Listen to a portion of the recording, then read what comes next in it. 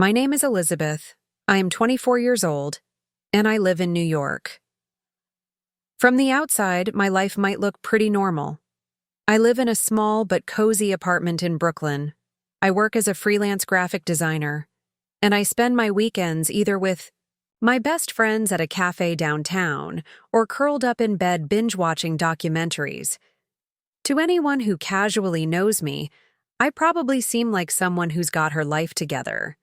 But that couldn't be further from the truth. You see, I've spent my entire life trying to create an image of stability, because that's what I didn't have growing up. My mother raised me on her own.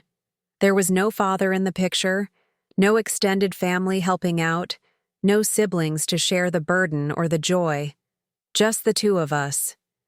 And for the longest time, I believed that was enough. I believed we were enough. I used to admire her so much. Her name is Angela. She worked harder than anyone I knew, waitressing during the day and cleaning offices at night. She always came home exhausted, but she never complained. When I was a kid, she would collapse onto the couch and let me braid her hair while she asked about my day. She made birthdays special with homemade cakes and dollar store decorations. On Christmas, even when money was tight, she somehow managed to put a gift under the tree. She was my everything. She was my protector, my provider, my hero. But as I grew older, I started to notice things that didn't make sense, questions that didn't get real answers, like why we never visited relatives, why there were no baby pictures of me before the age of 2, why she always got tense when I asked about my father. When I was little, she told me he wasn't around anymore. As I got older and more curious, the story changed slightly. He had left us. He didn't want anything to do with us. He was not worth talking about. Each version seemed to contradict the last, and every time I pressed her, she got angry. So eventually, I stopped asking. There was a period in my teenage years where I tried to convince myself that none of it mattered. She was here, he wasn't. Simple. But it did matter. It mattered more than I was willing to admit at the time. When you grow up without answers, your mind fills in the blanks, and mine filled them in with resentment, at him, at life, sometimes, even at her. I hated myself for feeling that way, but deep down, I felt this weird emptiness that no amount of love from my mother could quite fill.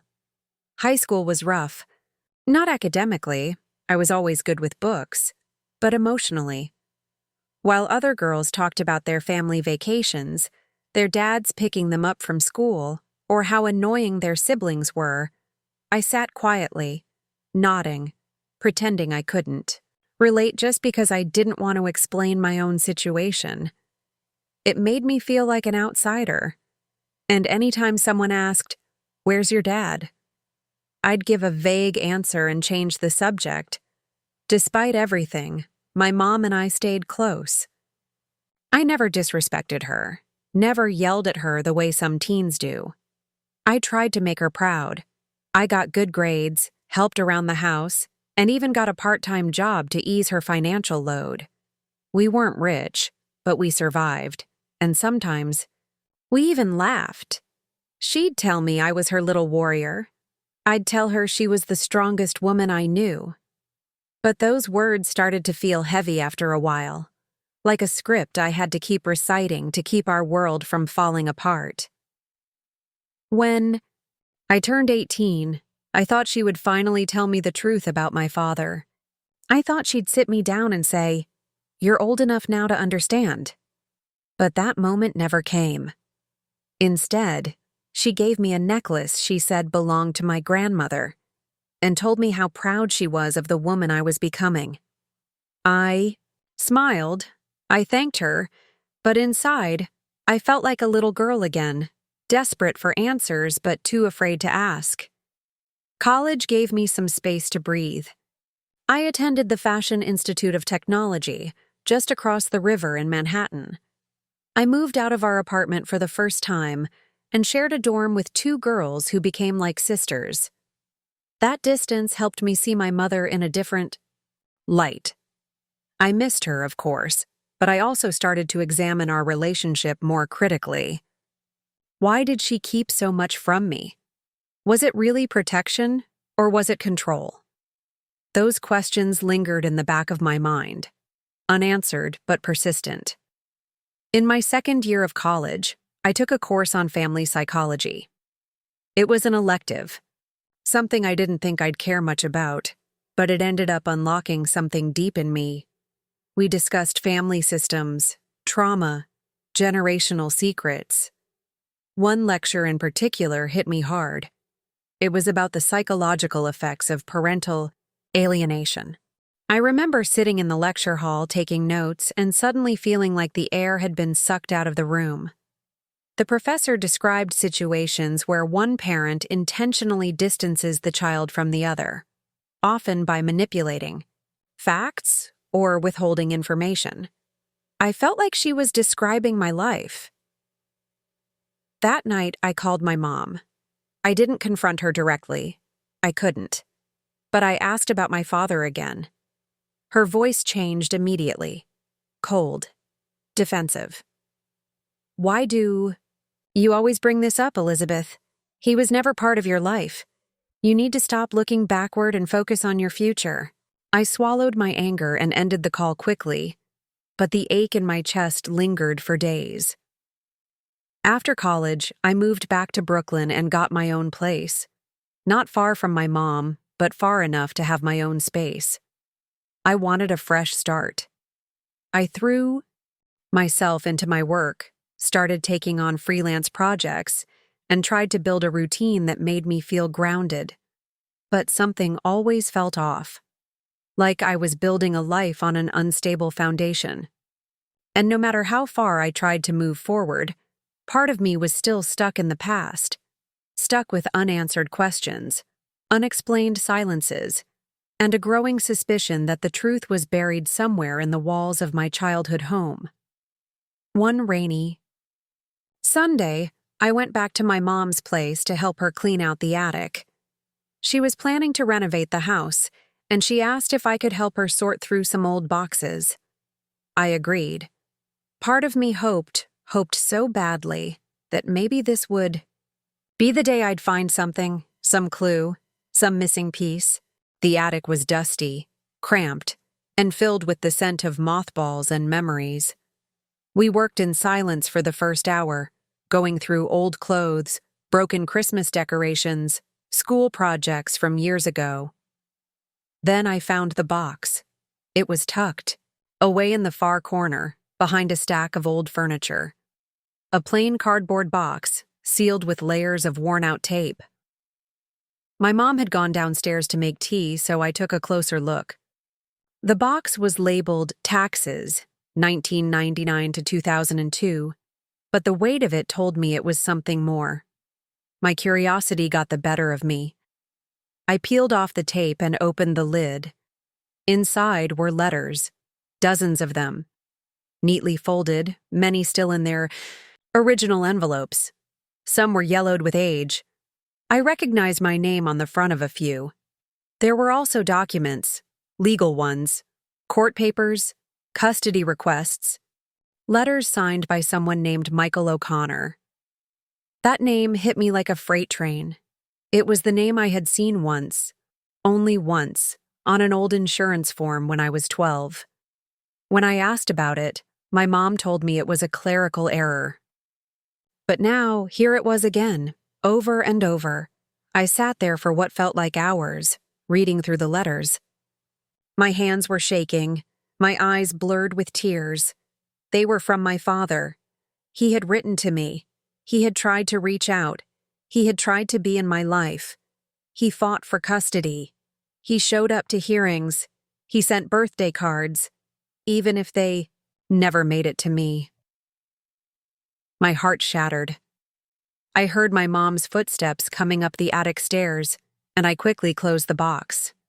My mind was racing, my emotions a whirlwind of betrayal, anger, sadness, and confusion.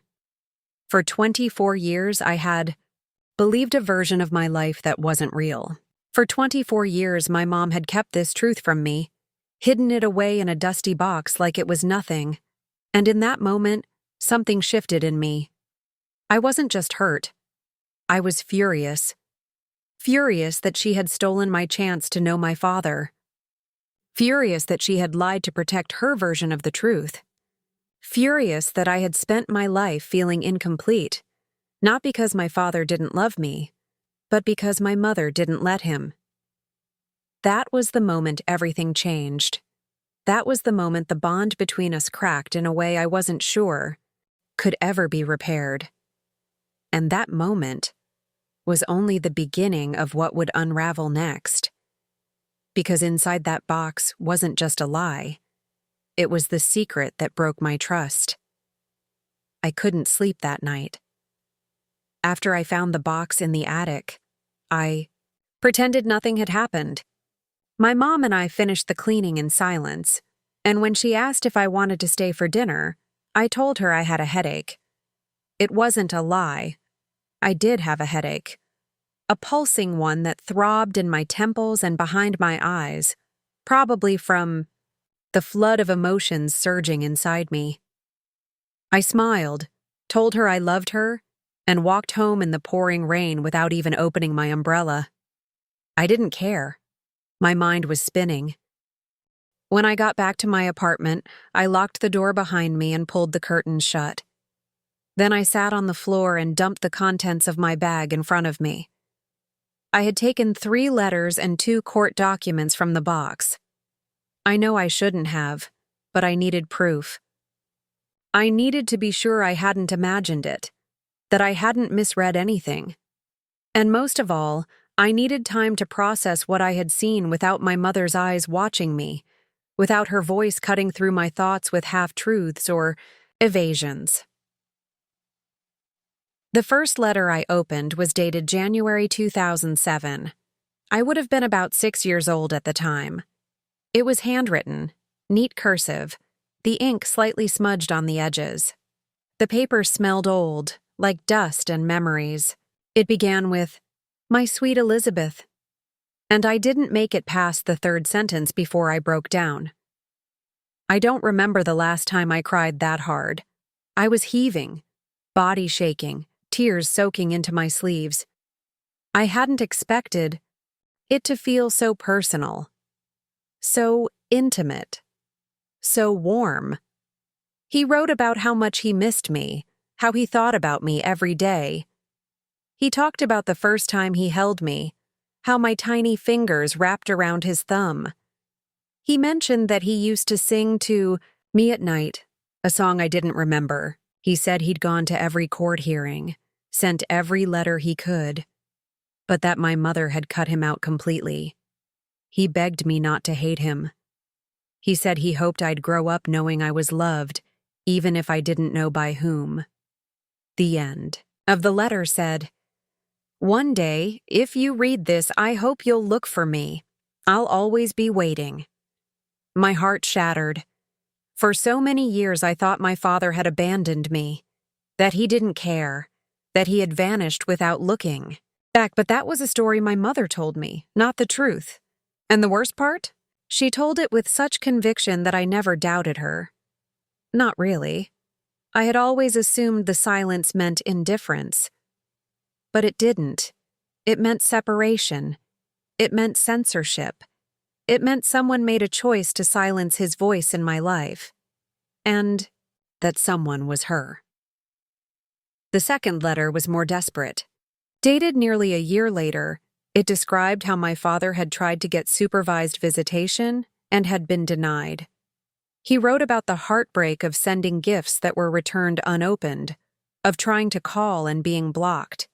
He even wrote about attending a school event from a distance, just to see me from across the playground, because he wasn't allowed to come closer. He apologized for everything he couldn't control, for not being there on birthdays, for not being the dad I needed. How do you process something like that? How do you sit with the knowledge that someone who was supposed to protect you your mother, your anchor, your everything, was the very person who built your life on a lie. The court documents confirmed everything. There were custody filings, from my father requesting shared custody, then later, supervised visitation. Each one stamped, denied, or dismissed. There were notes about missed hearings, and further down, one entry that stated, respondent failed to respond to court correspondence. That respondent was my mother. She hadn't even showed up. She didn't just keep him out, she made sure he didn't stand a chance. I couldn't look at the papers anymore. I curled up on my bed, still in my wet clothes, and stared at the ceiling for what felt like hours. It was like everything I believed about my life had cracked in two. I kept hearing her voice in my head. He's not worth talking about. He left us. He never cared. All of it echoed like sirens. But now I knew. He did care. He fought. He tried. And she lied. I didn't confront her right away. Part of me was still in denial. I went through my days like a ghost. I'd wake up, work on client projects, send emails, and pretend to be okay. But I wasn't. I was unraveling. Every time my phone rang and I saw Mom on the screen, ignored it. I couldn't bear to hear her voice, not after knowing what I knew. Every text she sent, "Are you okay? Want to grab dinner? I miss you," felt like poison wrapped in affection.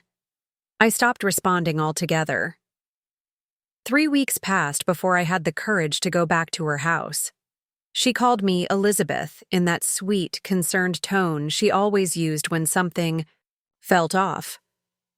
I almost cried just hearing it. But I reminded myself of the letters, of the life she stole from me. I told her we needed to talk. She looked nervous, like she already knew what was coming. I sat down at the kitchen table, the very one we'd eaten dinner at hundreds of times, and pulled out the letters. Her face drained of color. She didn't ask what they were. She didn't try to play dumb. She just stared at them like they were a ghost. "You lied to me," I said. My voice was trembling, but I didn't yell. "My whole life you told me he didn't care, that he left, that he walked away, but he didn't. He tried. You kept him away." She didn't answer at first, just sat there, lips pressed together, eyes glistening. Then finally, she whispered, "I did what I thought was best." "Best for who?" I asked. "Because it wasn't best for me." And that's when she broke. She started crying. Real tears. Not manipulative, not performative. Just raw, honest grief. And for a second, just a second, I saw the woman who had raised me, the one who tucked me in, who worked all night, who braided my hair in the mornings. But that second didn't last. Because the woman in front of me had also chosen to erase an entire half of my life. "I was scared," she said through her sobs. "He hurt me. He said things. He did things. I didn't want you around that." I leaned back in my chair, the breath knocked out of me. "What kind of things?" She didn't answer right away. She wiped her face and said, "He wasn't abusive. If that's what you're thinking. Not physically, but he was reckless. He drank. He cheated. He disappeared for days. When you were a baby, I couldn't find him for a whole week.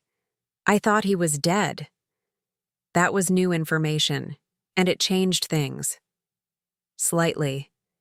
But it didn't justify what she did. "I believe you were scared," I told her. "But you had choices. You could have told me the truth. You could have given me the chance to decide. You didn't. You made the decision for me.